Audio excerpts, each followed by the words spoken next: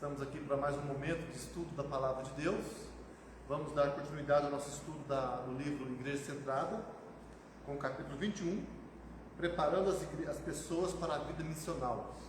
É um capítulo bem prático, bem desafiador, que vai nos falar sobre esse envolvimento dos membros da igreja na vida missional, a questão do ministério leigo, e não apenas líderes leigos, mas um ministério praticado mesmo pelos leigos, as relações, o dia a dia. Mas nós vamos ouvir essas palavras hoje, vamos ver esse capítulo com o nosso irmão Edson Galvão, que vai ministrar. Nós vamos ter uma oração agora e já passaremos a palavra para o Edson. Então vamos orar. Senhor Deus, nós te louvamos por este momento na tua presença, te louvamos por nossas vidas, te louvamos, ó Pai, por podermos estudar esse livro, podermos pensar na igreja, pensar no ministério da igreja, pensar na ação da igreja nos dias de hoje. E nós queremos pedir ao Pai amado, nos ensine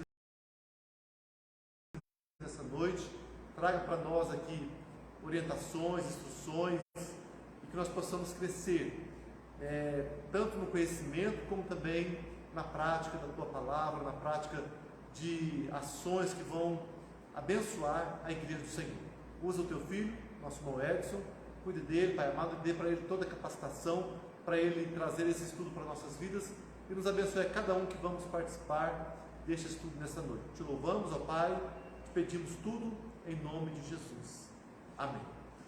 Então eu quero convidar o Edson, e orientando aos irmãos que estão aqui presentes, nós vamos ter um momento em que o Edson vai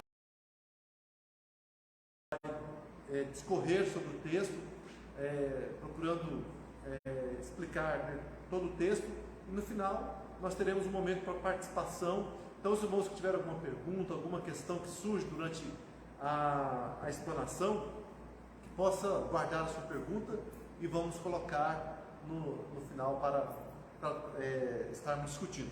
Os irmãos de casa são todos muito bem-vindos, que Deus abençoe a cada um, que possamos ser enriquecidos neste momento. Deus abençoe.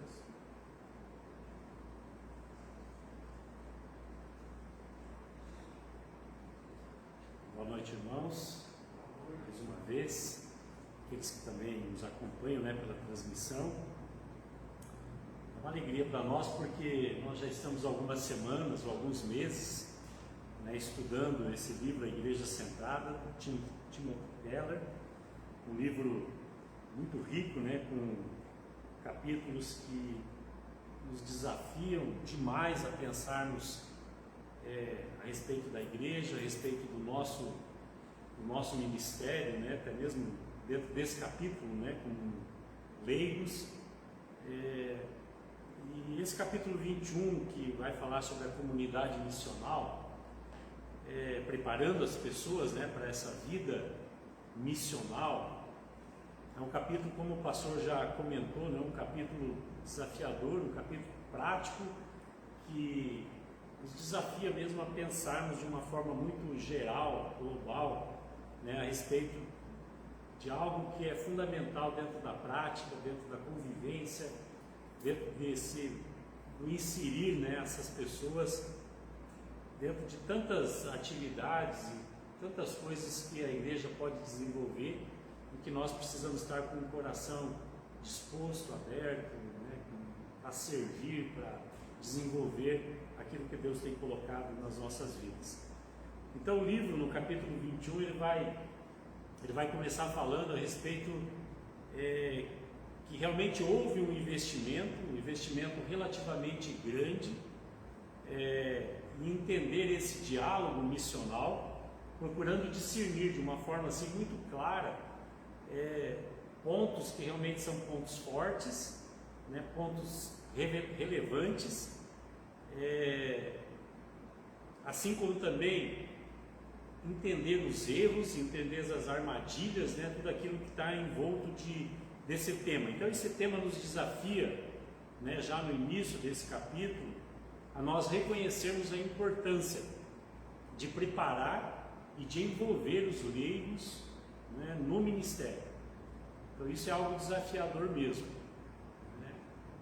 acho que tem uma abrangência aí muito grande, e lógico que nós vamos trabalhar aqui de uma forma muito resumida, mas é algo que posteriormente, com certeza, esse capítulo é um dos que vão estar assim, com bastante evidência, eu acredito, porque é algo que se pode aplicar, né, imediatamente, né, digamos assim. Então, o preparar, o envolver os leigos no ministério. O exemplo é um modelo prático, onde as pessoas compareciam à igreja, muitas vezes só para receber ministrações, né? O capítulo fala sobre isso, e talvez essa ainda seja uma realidade que nós vivenciamos na igreja. Pessoas que entram dentro na igreja só para receber ministrações, mas não tem muitas vezes uma disposição, um coração disposto a servir.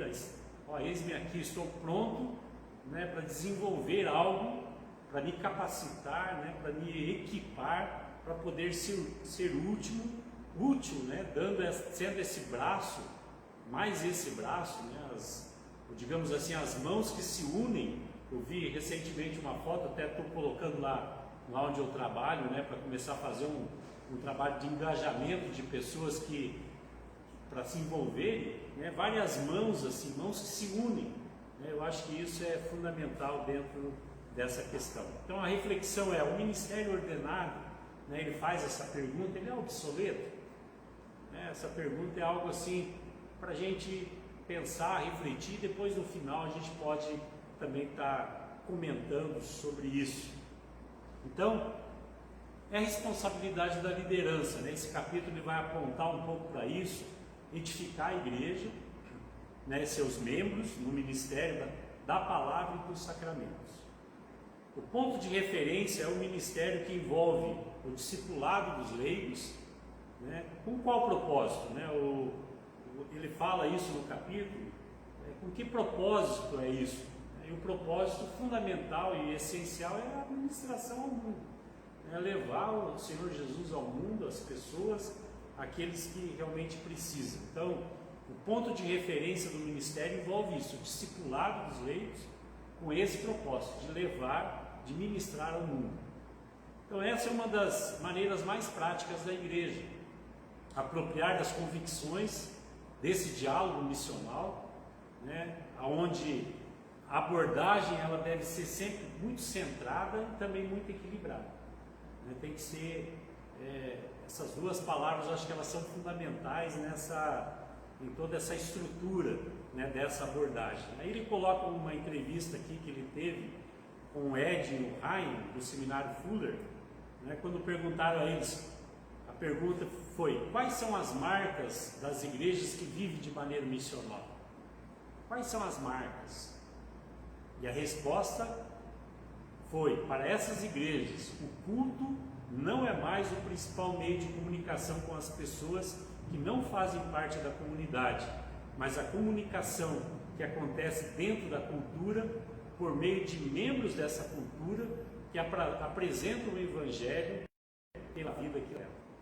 Veja, algo, né, fundamental, interessante. Então, essa comunicação acontecendo dentro dessa cultura, né, por meio de membros que estão inseridos nessa cultura, e eles apresentam esse Evangelho, né, pela vida que levam, pela forma como eles têm esse acesso a essas pessoas, e a gente sabe que tem aí várias pessoas dentro do ministério que se identificam muito com uma determinada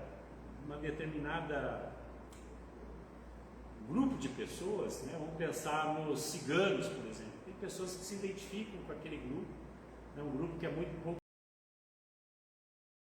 evangelizado, né?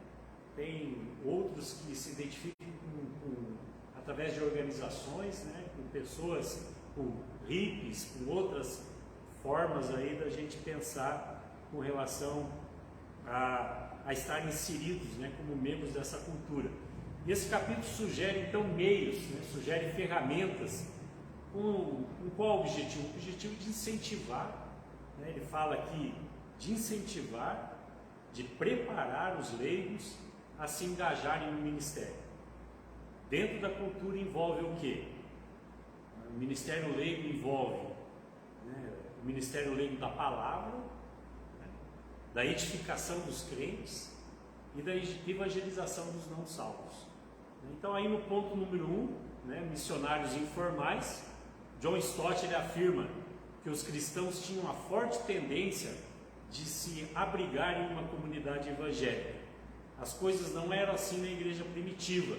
Anunciar o evangelho, as boas novas do que Jesus fez por nós, né? Então ele fala isso, que as coisas não eram assim na igreja primitiva. Anunciar o evangelho, as boas novas do que Jesus fez por nós. Então em Atos praticamente todos os membros da igreja primitiva faziam isso.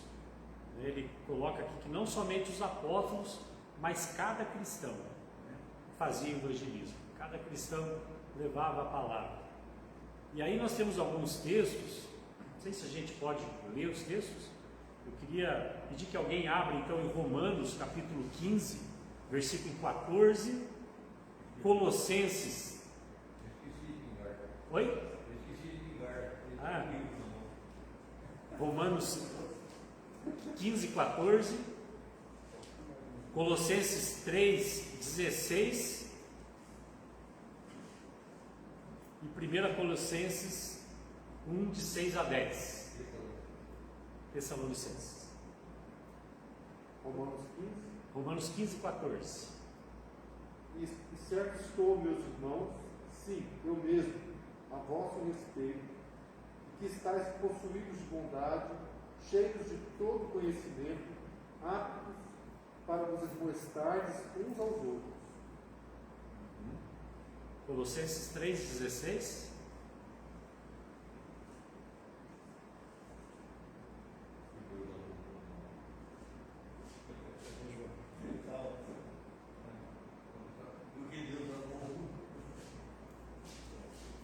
Colossenses 3,16, acho que alguém abriu.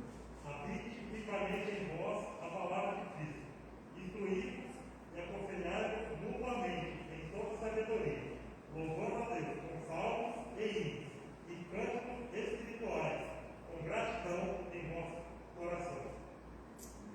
1 Tessalonicenses 1,6, capítulo 1, de 6 a 10.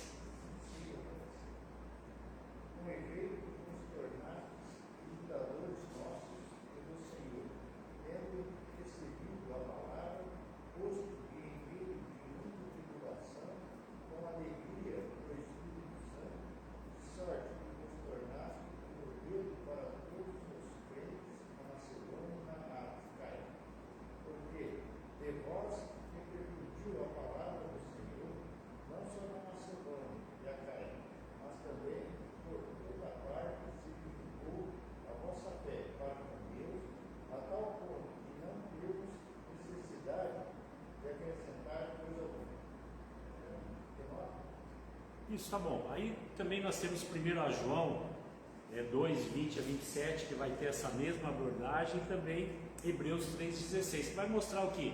Que cada cristão deve evangelizar, né? Discipular, deve ensinar a palavra, né, para as pessoas. E isso acontecia de uma forma muito relacional, né? Era interessante, porque era dentro de um contexto de amizade. A gente vai ver depois alguns exemplos que esse envolvimento das pessoas dentro desse contexto de amizade gerava oportunidades justamente para você estar transmitindo, falando do amor de Cristo para essas pessoas. Então, o crescimento explosivo do cristianismo aqui aconteceu por meio desses missionários informais, né? Ou seja, cristãos leigos, né? Não pregadores, evangelistas, treinados, né? Isso acontecia em casas, né? Isso acontecia em caminhadas muitas vezes, né? Ele cita ali no livro, em adegas, ele coloca alguns exemplos relacionados a isso. Eles faziam essa obra com entusiasmo, né? Com disposição, né? Como se eles tivessem descoberto um tesouro, né? Parece aquele primeiro amor mesmo, né? Que daí você tem toda aquela disposição, tá? Se descobriu um tesouro. Isso é o que acontecia, né? Eles eles querem dividir esse tesouro, né, com os outros. E aí o Green aqui ele enfatiza sobre os métodos evangelísticos, né? Ele fala da pregação na sinagoga, né, pregação ao ar livre, né, o ensino público. Eles ensinavam, é interessante, ensinavam matemática, filosofia, ciências humanas na perspectiva cristã, né? Eu acho que dá para a gente usar o exemplo de Paulo relacionado a isso. Então havia expansão do cristianismo, onde a evangelização da família inteira era feita pelos cristãos. Os relacionamentos eles estavam na vida doméstica. Quando alguém se convertia na família, a família inteira, né, se envolvia, né, se tornava o centro desse ministério, e aonde o evangelho era ensinado a todos da casa e dos vizinhos. Então a casa ali era usada para o ensino, né, para as reuniões, para as orações, para a comunhão. Então aquele era esse espaço. A amizade ele coloca um termo que era o principal condutor do Evangelho. A amizade como o principal condutor do Evangelho. Isso dentro desse ponto número 1, de uma forma bem resumida, né? Aí no ponto número 2, a dinâmica do ministério leigo. Aí aqui os autores eles relatam alguns exemplos, né? Tem vários ali se vocês forem folhear. Eu separei só 3 aqui, só para a gente ter como modelo. Então, Bill e o Jerry, através de um retiro de homens, por exemplo, que oferecia recursos espirituais para a vida deles, né? Para perdoarmos a quem nos magoa há anos. Aproveita essa chance e testemunha, né? Então, um exemplo bem prático. Ajudar os filhos, por exemplo, a memorizar versículos, a entender os significados, né, dos versículos. Um outro modelo. João conhece na igreja Clara, né, e ela confidencia que ela e o marido estão com problemas no casamento. Mas ele não quer fazer aconselhamento, ele convida para jantar na sua casa. Ele convence, né, a Sam a conversar com o casal sobre os problemas matrimoniais. Aí eles estudam Efésios 5 sobre o casamento e outros exemplos. Então, modelos ali de essa convivência, né, essa oportunizar os momentos para poder ter uma oportunidade de pregar a palavra, de levar o Senhor Jesus até essas pessoas. Interessante a questão aqui de Efésios 5 do casamento. Eu estava lembrando esses dias lendo, acho que João, acho que o Evangelho de João não fala em nenhum momento sobre milagres, né? Ele vai falar sobre sinais. E interessante que no momento lá onde Jesus faz então o seu primeiro milagre ali, num casamento, eu acho que isso se reporta um pouco. O que será que o primeiro milagre dele foi num casamento? Será que isso não se reporta um pouco lá para Gênesis, o casal lá que pecou, Adão e Eva, né, que o inimigo, né, ajudou a causar aquela situação toda, né, é algo assim, um paralelo a isso, e a gente vê a importância, né, de aproveitar as oportunidades, se envolver com os casais, né, porque nós vivemos num momento onde o índice, né, é tão alto, né, de dificuldades, de problemas relacionais, levando até mesmo ao divórcio. Então, são oportunidades que nós precisamos aproveitar. O que se observa nesses exemplos? E fica claro que nós não estamos apenas falando aqui sobre evangelismo no sentido tradicional, né? Aquele sentido do evangelismo tradicional mesmo, né? Alguns casos são um exemplo aqui de encorajamento, né? De edificação de novos convertidos. Outros realçam maneiras aqui de incentivar os cristãos a crescer mais em Cristo. Outros para resolver os seus problemas pessoais. A gente vê cada situações bem pontuais, né, e que há essa interferência, esse envolvimento, né, do cristão leigo. Então, no entanto, a forma básica desse ministério por todos os membros é a mesma.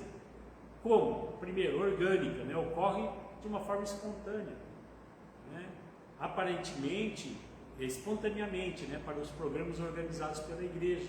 E também no sentido relacional, no contexto informal dos relacionamentos.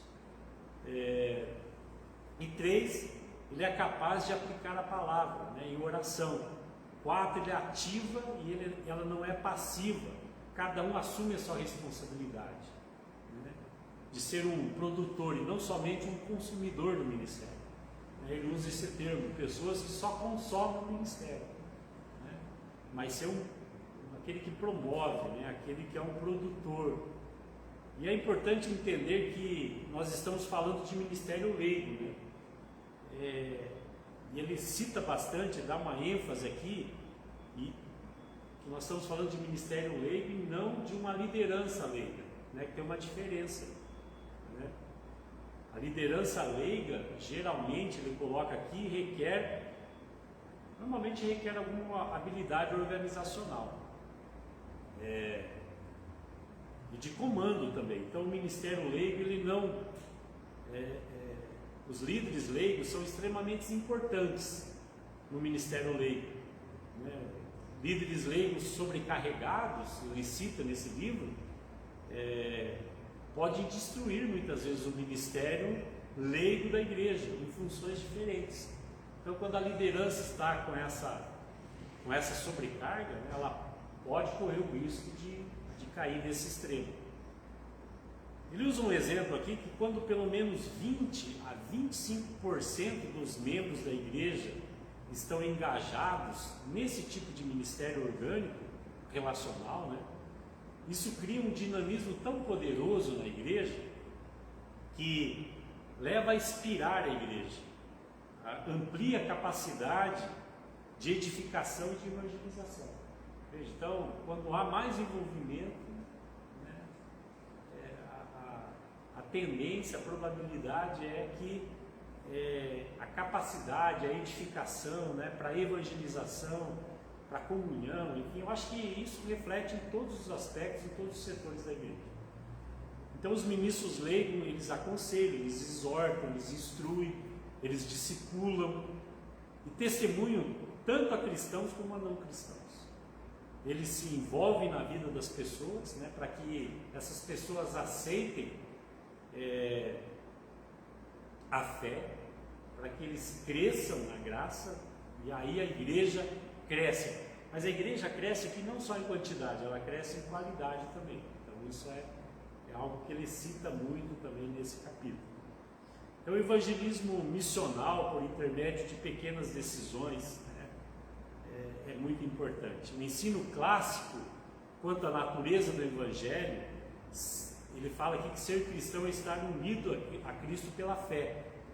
Ou somos cristãos ou não somos. Ou estamos unidos a Cristo pela fé ou não estamos. Porque ser cristão, acima de tudo, é uma posição perante Deus, algo muito, muito sério. Então não pode ser algo assim só uma mera brincadeira. Não, eu tenho que ter uma posição, ou é 8 ou é 80. Primeiro ele começa com a percepção, ele coloca isso aqui, né? Eu estou entendendo, né? Ele consegue ter essa percepção, ele entende aquilo que está acontecendo. Então a pessoa vai se libertando, vai aprendendo a distinguir, né, entre o evangelho e o legalismo, entre o que é central e muitas vezes o que é periférico, né, aquilo que é muito superficial, e ele toma pequenas decisões. E aí vem a aplicabilidade disso, né? Eu preciso disso, chega essa conclusão, eu preciso disso. Aí a pessoa começa a ver a escravidão tanto da religião quanto da irreligião e passa a enxergar o poder do evangelho de uma forma mais, uma ação maior, um poder maior, e aí vai dando credibilidade, né? Eu preciso disso porque isso é verdade para mim, né? Eu reconheço isso. Aí ele tem uma credibilidade histórica já, né? Nós não podemos usar a ciência, né, para contestar, por exemplo, o sobrenatural. Jesus é Deus, né? Isso fica muito evidente. Em quarto, a prova, né? Dá para ver isso, dá para ver como isso seria. E em quinto, o compromisso, eu aceito o evangelho. Então é todo um processo, e talvez esse seja o ponto da conversão genuína, né? Seja isso, né? E aí vem o reforço também, né? Agora eu entendi. Geralmente é aqui que a ficha cai para o evangelho, né? Isso se torna muito claro para ele, muito real. E aí ele vai criando uma dinâmica desse ministério leigo. Então é um processo discipulado, um processo de caminhar junto, de engajamento. Dentro desse criar essa dinâmica do ministério leigo, primeiro ele envolve crentes com integridade relacional. 2, o apoio pastoral, que é fundamental. E 3, ambientes que sejam seguros para ele. Então esses 3 pontos são os pontos aí que finalizam então esse capítulo. Primeiro, os crentes com integridade relacional. Vamos exercer aqui um impacto em prol do Evangelho, ele fala, se formos iguais às pessoas ao redor e ao mesmo tempo. Então, profundamente diferente delas, permanecendo o tempo bem visíveis e engajados. O engajamento com vizinhos, né? É fundamental a gente ter essa percepção. Convidá-los para fazer uma caminhada, né? Ele fala tomar um café, né? O hobby, né? O voluntariado, o fato de ser hospitaleiro, né? Abrir a casa para receber. Então esse envolvimento, tem um olhar, né? Amplo. Né? A gente tem aí um celeiro, tem aí uma gama muito grande de opções.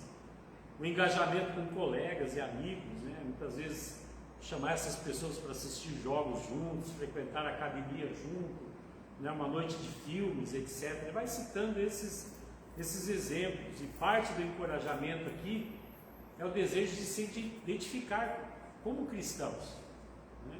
Se engajar com as pessoas fora da igreja, não somente dentro da igreja. Então os cristãos conscientes do estado, né?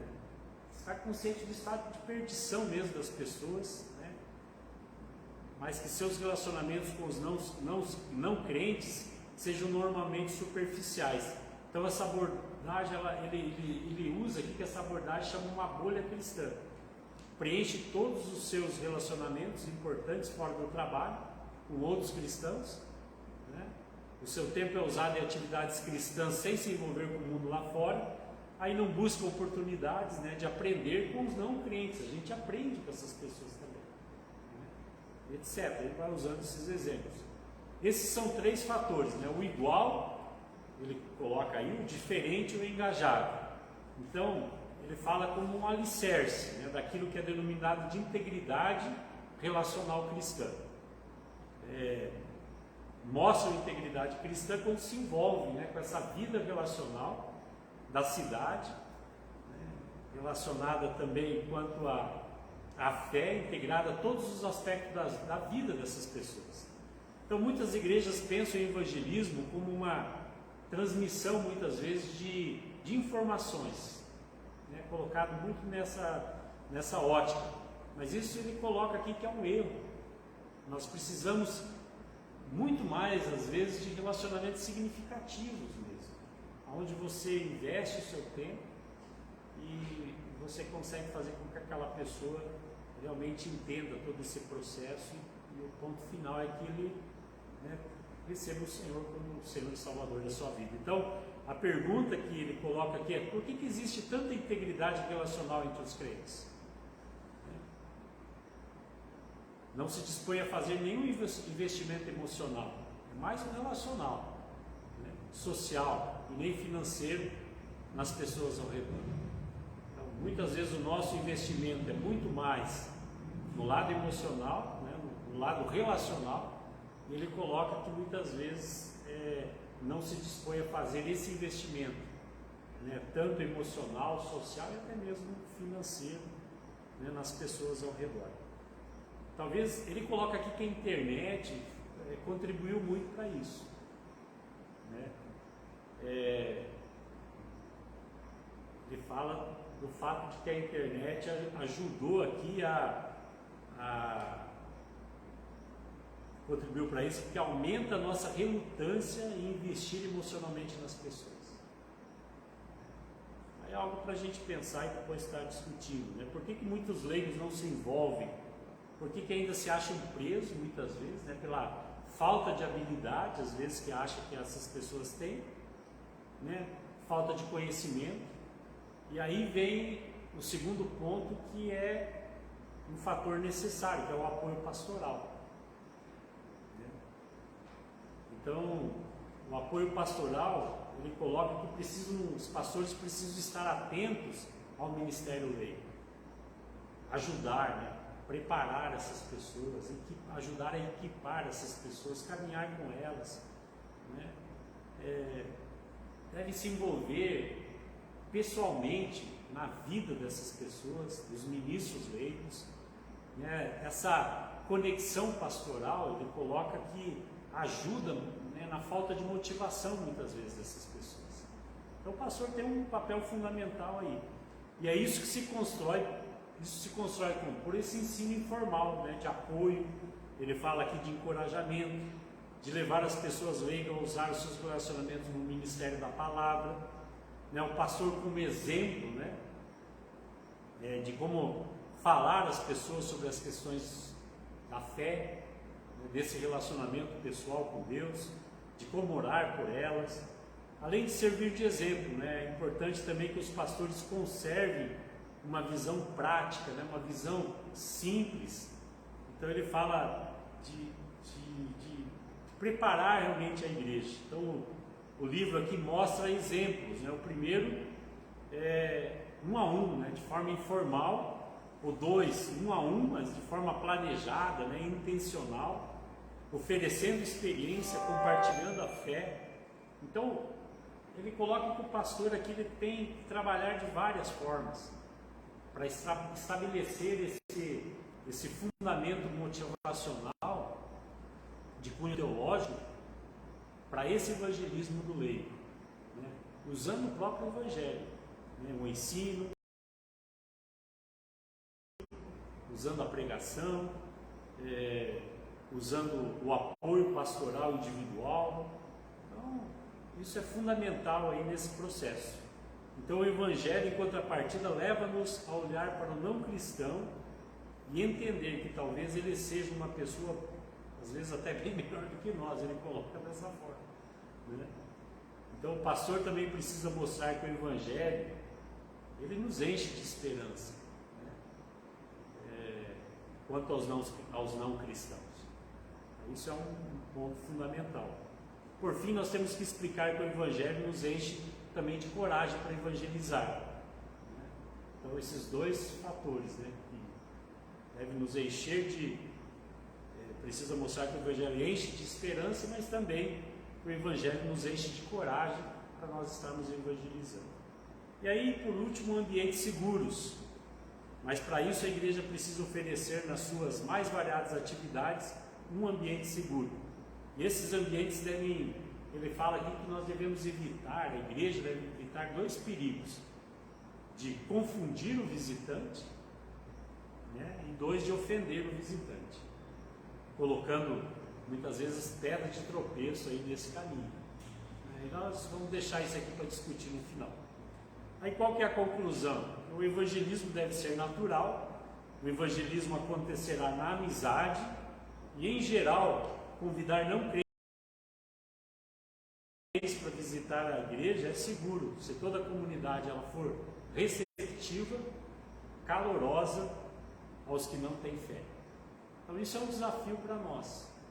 A gente até falou um pouquinho esses dias sobre isso, né? Acho que na aula passada, a igreja ser uma igreja acessível, né? Uma igreja preparada realmente para ter essa recepção calorosa com aqueles que precisam, que estão aqui, né, ao nosso redor, e que nós sabemos que precisam da graça e da misericórdia de Deus. Então, irmãos, resumidamente é isso. Eu falei que era 35 minutos, né? Foi 40, mas agora eu gostaria de abrir aqui para a gente estar compartilhando. Eu sei que os pastores estão aqui, seminaristas, né? Seminaristas, né? Tem 2. Tem 2, né? E nós aqui que somos leigos, a gente vai então ter esse momento para a gente compartilhar, né? E junto vocês poderem estar ajudando a enriquecer mais esse capítulo, né? Colocando a sua abordagem, a sua experiência, e eu acho que isso vai contribuir bastante também para a gente fechar então esse capítulo desse livro. A palavra está à disposição de vocês. Uma coisa que eu achei muito interessante aqui nesse capítulo essa estatística que ele colocou de quando a igreja atinge uma quantidade de pessoas preparadas para o ministério leigo, há uma dinâmica de crescimento, né?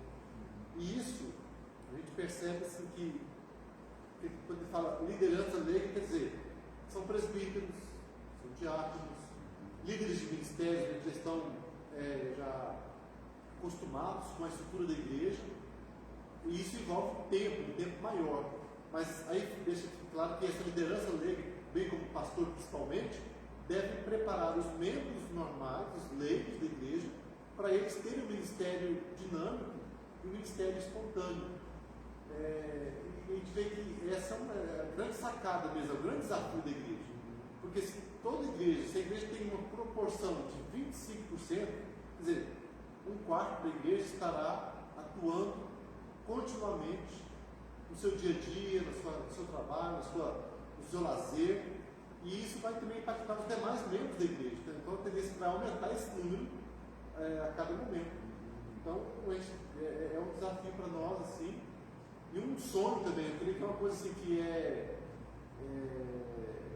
já uma palpitação, um desejo, né? A gente pensar mais sobre isso, né? E aqui a gente vê um grupo bom hoje, mas assim, ainda falta muita liderança da igreja estar presente. Nosso desafio era, nós queríamos propor isso, ter a liderança envolvida nesse estudo, para que houvesse então já assim uma compreensão de cada um do seu papel para como poder fazer essa influência aí. Eu até achei aqui, eu estava pensando quando ele colocou aqui de 20% a 25% da igreja, estava pensando dentro da prática nossa aqui da igreja. A gente pensa, puxa, mas é um número pequeno, eu achei até, né, de pessoas que pode ser bem mais, né? Pode ser bem mais. Eu acho que é por aí mesmo. Eu acho que a liderança, principalmente, ela precisa ser equipada, melhor capacidade. É tanta coisa, né, que está em torno de tudo isso, né, que a gente pode aprender junto e crescer junto. Isso vai refletir na igreja. Eu acho que essa é uma oportunidade muito rica mesmo, e é algo que precisa ser incentivado na igreja dentro dessas funções diferentes. O crescimento nosso ele é desacelerado, não é grande. Então isso cria um certo comodismo dentro da igreja, e as pessoas não guardam de certo, porque quando uma pessoa se converte nova, ela descobre, né, algo diferente. E ele quer passar, ele tem uma alegria naquilo que ele está vivendo, que ele quer passar para todo mundo. Então ele tem essa facilidade e essa habilidade. Mas com o tempo isso vai se tornando, vai se acomodando no coração do crente. E daí acontece essa questão de que as pessoas ficam esperando nos eventos que a igreja faz. Essa igreja não faz nada, essa igreja não faz ninguém, essa igreja não faz isso, não faz aquilo, e fica todo mundo esperando que aconteça algo para movimentar. Quando o movimento vai ser conosco mesmo, nós vamos ter que fazer esse movimento. Então eu vejo que as igrejas nossas, né, se você for pegar a igreja presbiteriana, ela tem um crescimento pequeno. A igreja presbiteriana tem um crescimento pequeno. Nós mesmo aqui temos pessoas recém-convertidas, não são muitas. Recebemos membros que vêm do OPP, pessoas que vêm do OPP que gostam do nosso sistema, da doutrina, vai ficando, né? Outros não ficam, né? Mas a maioria vai ficando. Né? Então, mas já vem, né, de algumas outras denominações, a nossa igreja não tem muito essa questão dos nossos convertidos. E é esse pessoal que dá esse dinamismo que falar, que saber, né? Então, eu vejo assim, nós somos uma igreja Eu acho que é como... Eu penso que o livro, se eu entendi bem, ele até transcende um pouco essa questão de primeiro amor, né? Desse momento dinâmico que o Toninho usou aqui no comentário dele. Porque esse tipo de atitude missionária aí, cita aí,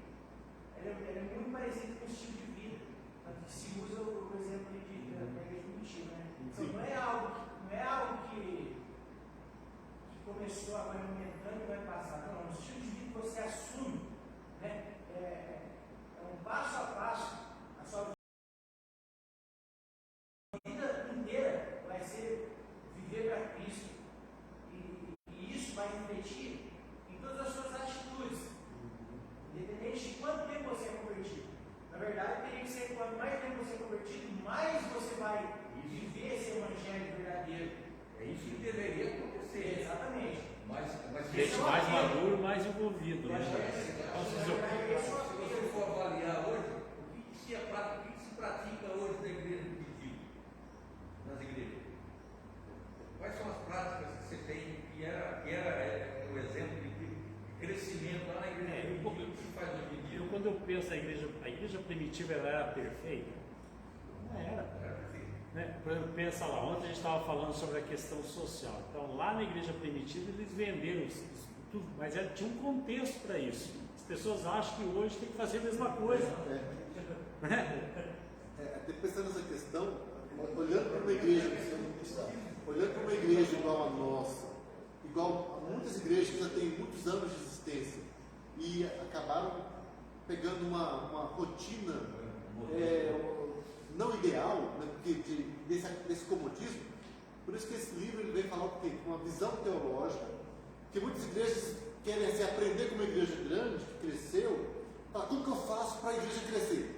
E aqui fala, não é pegar uma fórmula, é nós descobrirmos as verdades do Evangelho, reaplicarmos na vida da igreja, e aí que entra cada um, o Edson, o Toninho, o Faustino, o Weber, o Josemar, o pastor Jéssica, o pastor Benito, nós, Guilherme, nós começarmos a ver quem que eu posso influenciar, como que eu posso ajudar pessoas a pegar o ritmo. Eu quero ter esse pique, esse ímpeto de evangelização, esse estilo de vida, né?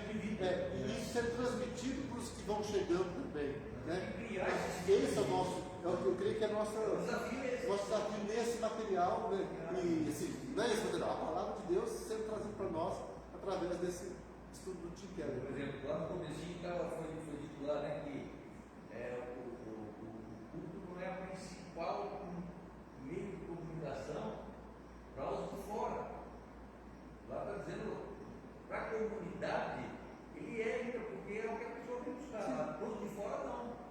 Para os de fora, você tem que buscar. O que está aqui dentro vai consertar, mas o culto, ele é uma maneira de manutenção desse sistema. Né? Então, você continua no culto, ele serve para manutenção daquilo que já existe. As coisas têm que caminhar junto. O culto não é a principal maneira para os de fora, mas para os de dentro, ele faz essa diferença no crescimento, no amadurecimento, no conhecimento, até para que você possa buscar lá fora. É treinamento. Mas pensando na realidade aqui, a gente vê várias pessoas novas, né, que estão aqui na igreja, e a liderança leiga, né, no caso, como o pastor falou, esse envolvimento da igreja, ela precisa ajudar a equipar, né, essas pessoas juntamente com... E nós tivemos assim a oportunidade mesmo do discipulado. O discipulado é uma ferramenta efetiva nessa área. A gente vê que as pessoas que estão sendo discipuladas, que vão sendo acompanhadas, elas têm uma tendência a criar um relacionamento mais intenso com a liderança que está discipulando e com a igreja. E eu cito um exemplo aqui que não está aqui presente hoje, mas alguém que tem feito um discipulado, mesmo que ninguém está assim, muitos não estão sabendo, mas o Lucas Yudi, ele tem feito isso. Ele já discipulou pessoas individuais e agora ele com a Isabela estão fazendo um estudo, um grupo de casais novos, e o estudo está sendo feito sobre vida familiar, sobre o que Deus espera da família, e isso é ferramenta, isso é uma maneira, e assim, é uma maneira que a gente vê assim, nós podemos multiplicar isso, né? E eu quero dizer como pastor, né, para os irmãos que estão aqui, e para os que estão ouvindo também, que está aberto, né? Nós temos só que dar um passo no sentido de isso tornar uma coisa mais atuante, mais permanente na nossa vida, né? De cada um está se envolvendo. Ultimamente nós tivemos um bom início na situação, a pessoa tem que ver. Sim, ver é um passo que, tipo assim, talvez precisava ter uma roupagem, uma maneira, quando ele fosse menos, sei lá, na minha visão, fosse menos dolorido para acontecer. Sim. Menos formal, tem algumas coisas que eram muito formais que vai acontecer. Mas é algo que não se pode simplesmente falar, olha, não, o MVP é exatamente isso, as pessoas vivem. investimento naqueles de fora, né? De fora. Exato. A roupagem é uma cidade para dentro da igreja. Isso aí. É. Você não é isso. Exato. Aqui toda a movimentação, cheio de trabalho, toda a preparação, isso aí é um corpo trazer e a evolução. Eu acho que talvez que faltou, talvez fosse um pouco mais de investimento, de treinamento, de esgotar algumas situações que a gente poderia ter no transcorrer, né? E para estar mais preparado. Uma outra coisa que faltou, nós tínhamos dificuldades e a gente fazia lá, por exemplo, a semana do MV, 4 dias do MV, e depois nós não dávamos continuar, era uma das coisas que fazer as visitas não se completavam, mas outras coisas a gente às vezes tinha algumas dificuldades e que a gente não sentava nesse ano para ver o que nós tivemos de dificuldade nesse ano para poder não repetir o ano posterior. Então faltam algumas situações, mas era um negócio, era uma situação nova para a igreja e que, se fosse bem abraçado mesmo, tinha tido resultados. E aí veio a pandemia também. E a pandemia veio e a gente acabou assim, abortando por um tempo, mas que é a oportunidade para a gente refletir sobre isso. Porque aquilo que nós falamos no início, que não queríamos que virasse um evento, acabou virando um evento. Só acontece lá naquela vez, depois a igreja para. Né? Então é o que a gente precisa assim. Mas o pastor falou, trazer para dentro da igreja, trabalhar mais isso, preparar melhor, fazer um treinamento, quem sabe, e nós começarmos a fazer isso permanentemente, não apenas nas férias. Mas fevereiro, março, abril, o ano inteiro. Vocês lembram, teve um ano aí, né, nos grupos de célula, a gente teve a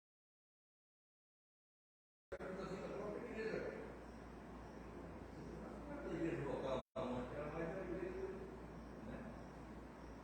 Sobre a gente tinha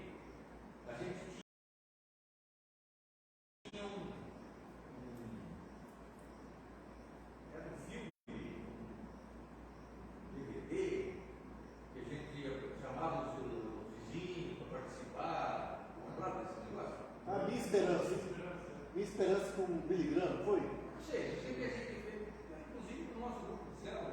Eu fiz isso lá em Goiás ainda. Sim. Nós fizemos, nós chamamos os vizinhos. Sim.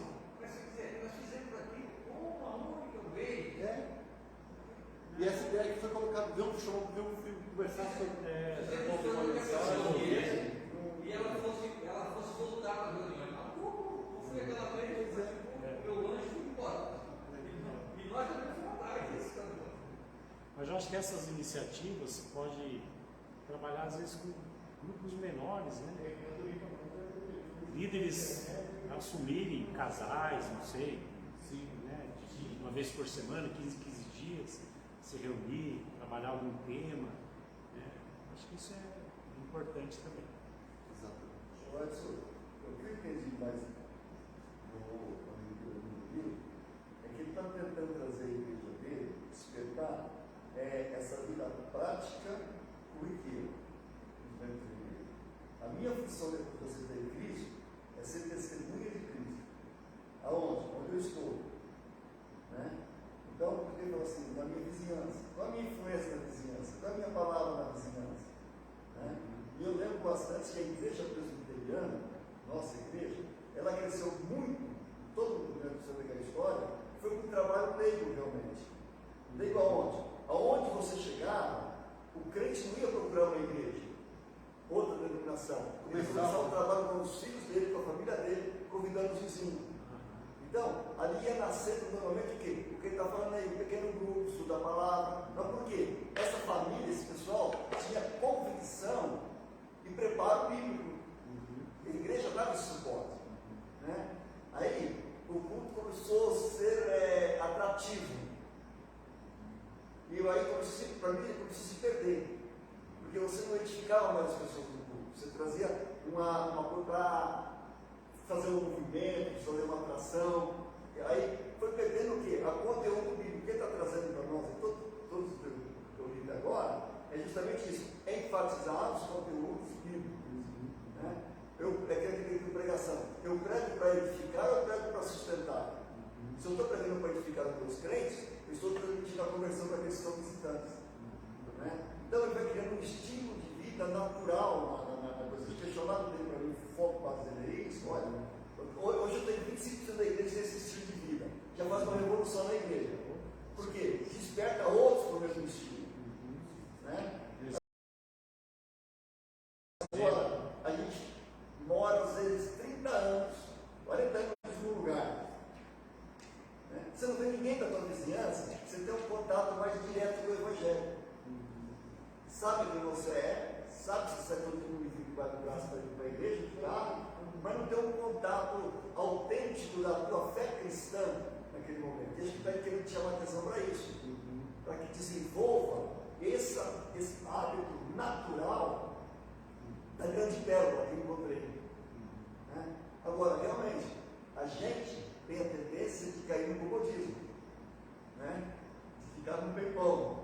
Eu estou me edificando, estou me fortalecendo e esquece esquece aquela pessoa que está ali ao seu lado, de uma forma ou direta ou indireta, ou de uma forma, como eu falei, né, de prática, de desenvolvimento de uma estratégia pessoal e amigável, está vendo no Evangelho. Né? E muitas vezes também não é só o falar, é o vivenciar. A pessoa vê que tem algo diferente ali naquela casa, aquelas pessoas, de serviço, prestação, de viagem, de disponibilidade, né? De momentos que a pessoa está passando ali e tal. Então, isso a gente vive bastante. Né? Então, eu me lembro que a gente, quando começou o trabalho no Ministério de Pregação, você pregar na casa das pessoas, lá no São Paulo, em cada bairro, vai dar até medo, nos biboca para entrar, né? Hoje tudo asfaltado, um espetáculo. Mas era que, chegar naquela casa daquele irmãozinho, tinha 10, 15, 20 pessoas convidadas ali, que já conhecia até alguns textos da palavra de Deus. Então, lá acabava nascendo uma igreja. Está lá em Goianazes não, Itaquera, a igreja presbiteriana. Eu lembro do primeiro trabalho na casa do irmãozinho que se converteu, aí Carvalho, duas igrejas grandes, potenciosas, e outras tantas que a gente lembra. A mocidade ia para fazer o culto lá, quando ele passava de semana ou um sábado, porque já tinha um grupo lá que não era da igreja, mas aqueles irmãos que estavam lá, e tinha igrejinhas, congregações pequenas, eu nasci no lugar. Mas ele não, eu sou presbiteriano, eu tenho convicção da palavra de Deus, eu quero que as pessoas conheçam o que a palavra de Deus nos ensina. Né? Aí, você chegava lá, tinha aquele grupo, você só ia edificar mais. Naturalmente crescia, porque era longe, as pessoas nem sempre podiam vir na escola dominical. Né? Sair lá da Carvalho para ir lá na Penha, lá na Vila Esperança, não iam, não iam. Então trabalhava lá. Essa família ia 1 a 2 vezes no mês lá na igreja, porque era um monte de filho também, né? Não tinha condição fácil. Né? Mas eles realizavam o trabalho. Eu acho que ele está tentando explicar para isso, olha, nós perdemos essa visão. Os crentes perderam esse entusiasmo, né? de vivenciar o cristianismo ali onde eu estou vivendo. Mas eu achei bastante interessante essa questão desses 3 fatores: do igual, do diferente e do engajado. Porque sempre que você acaba ouvindo o crente, ele não pode, às vezes, se misturar com determinada situação. Tá? E aqui tem vários pontos que o crente pode ser igual ao vizinho dele, sem fio de palavras, sem fio de comportamento, sem relacionamento. Mantendo o seu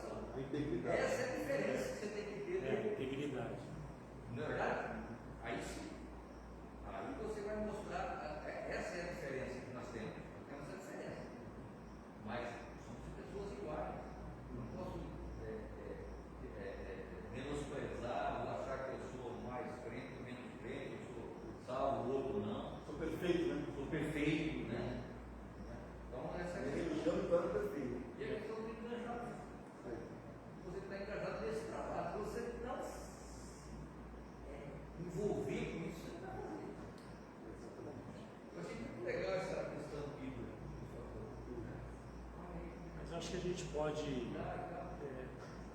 Misturar sim, sem mexer com a integridade, sem mexer com o julgamento. Esse livro, na verdade, a gente tem que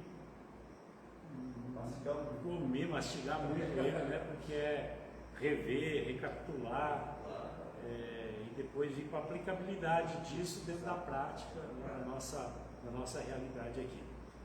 Pastor, eu acho que é isso. Se o senhor quiser encerrar aqui. Pode conduzir o encerramento, a oração. Então vamos orar então, encerrando, pessoal, agradecendo a presença de todos vocês, né? Aqueles também que nos ouvem. Vamos ter um momento de oração, agradecendo a Deus por esse tempo. Não sei também se alguém, desculpa, mas se alguém quer falar mais alguma coisa, senão a gente pode falar de forma informal. Deus, obrigado, ó Pai, por esse tempo aqui juntos. Deus, por esse compartilhar da Tua Palavra. Ensina, Deus, esse capítulo desse livro. Ó Deus, de tantas coisas, ó Deus, que nós podemos aplicar na nossa vida, avaliar, Senhor, como nós estamos enxergando, ó Deus, tudo isso que é algo tão fundamental, porque aponta para aquele que não te conhece, para aquele que precisa do Teu amor, da Tua graça. Meu Deus, o Senhor quer nos usar, quer fazer com que nós possamos enxergar isso, estarmos atentos, coração sensível, Senhor, para ouvir a Tua voz e para estarmos sendo práticos, Deus, em levar, Deus, o Teu Evangelho a tantas pessoas que necessitam, que carecem. Nós vemos tantas pessoas morrendo, Deus, sem Cristo, pessoas, ó Deus, que precisam reconhecer o Senhor como Salvador das suas vidas. Por isso, trabalha no nosso coração, nos dê uma disposição maior em te servir. Ó Deus, como igreja, esteja fortalecendo, ó Deus, cada vida aqui, dando sabedoria, discernimento, disposição, Senhor, para cada vez mais, ó Deus, estar disposto, Pai, a fazer o Teu querer e a Tua vontade. Abençoe cada irmão aqui, cada irmão que está na sua casa, abençoe o restante dessa semana e nos ajude, Senhor, nessa noite também, para que possamos ter uma noite de descanso e estarmos sempre com o nosso coração preparado, Senhor, para Te servir, ó Deus, de uma forma muito intensa. Nós Te louvamos por tudo, Pai, e Te agradecemos, no nome precioso do Senhor Jesus.